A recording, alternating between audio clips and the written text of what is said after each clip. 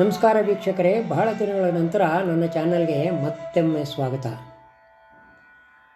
ವೀಕ್ಷಕರೇ, ಜಪಾನ್ನ ಕಾಮಾಕುರಾದ ಡೈಬೆಟ್ಸು ಬುದ್ಧ ಪ್ರತಿಮೆ ಪ್ರಪಂಚದಲ್ಲೇ 2ನೇ ಅತಿದೊಡ್ಡ ಲೋಹದ ಪ್ರತಿಮೆ. ವಿಶಾಲ ಪ್ರಾಂಗಣದಿಂದ ಕೂಡಿದ ಈ ಕೊಟೊಕೊಯಿನ್ ದೇವಾಲಯ 13ನೇ ಶತಮಾನದಲ್ಲಿ ನಿರ್ಮಾಣಗೊಂಡಿತ್ತು ಎಂದು ಹೇಳುತ್ತಾರೆ.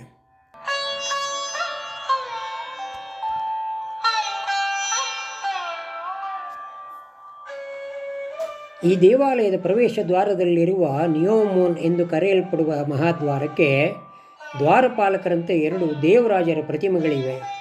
ಇವರನ್ನು ಜಪಾನ್ ಭಾಷೆಯಲ್ಲಿ ಕೆನ್ನಾನ್ ಅಂತ ಕರೆಯುತ್ತಾರೆ. ನಿರಂತರ ಹರಿಯುವ ನೀರಿನ ಜಲ ಅತ್ಯಂತ ತಂಪು ಹಾಗೂ ಮಧುರವಾದದ್ದು.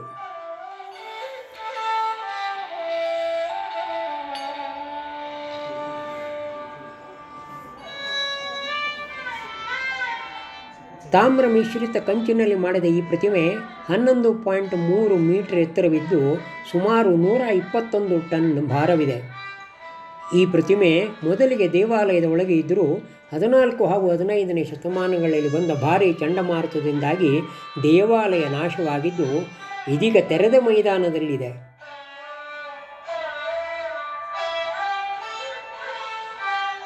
ಹಲವು ಚಂಡಮಾರುತಗಳಿಂದ ಶಿಥಿಲವಾದ ದೇವಾಲಯವನ್ನು ಕೆಡವಿ 1498ರಿಂದ ತೆರೆದ ಮೈದಾನದಲ್ಲಿ ಈ ಮೂರ್ತಿಯನ್ನು ಇಡಲಾಯಿತು ಎಂದು ಹೇಳುತ್ತಾರೆ.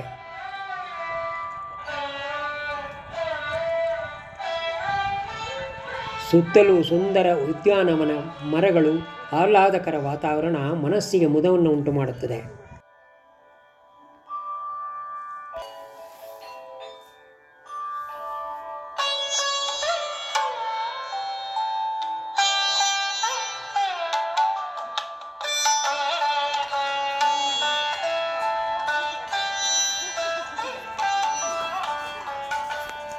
ಇಲ್ಲಿ ತೆಂಗಿನ ನಾರಿನಿಂದ ಮಾಡಿದ ಬುದ್ಧನ ಪಾದರಕ್ಷೆಯನ್ನು ಸಹ ನೋಡಬಹುದು.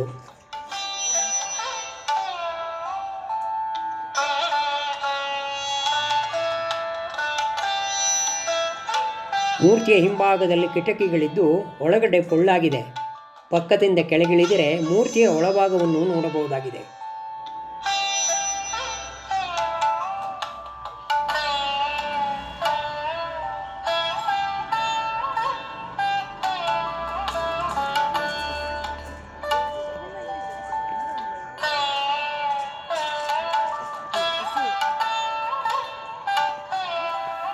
ವೀಕ್ಷಕರೇ, ಇವತ್ತಿನ ಈ ವಿಡಿಯೋ ಹೇಗನ್ನಿಸ್ತು ಅನ್ನೋದನ್ನು ದಯವಿಟ್ಟು ಕಮೆಂಟ್ ಬಾಕ್ಸ್ನಲ್ಲಿ ತಿಳಿಸಿ.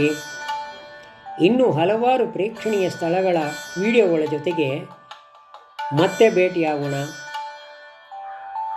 ವೀಕ್ಷಕರೇ, ದಯವಿಟ್ಟು ಈ ವಿಡಿಯೋವನ್ನು ಶೇರ್ ಮಾಡಿ, ಲೈಕ್ ಮಾಡಿ ಹಾಗೂ ತಪ್ಪದೇ ಸಬ್ಸ್ಕ್ರೈಬ್ ಮಾಡಿಕೊಳ್ಳಿ.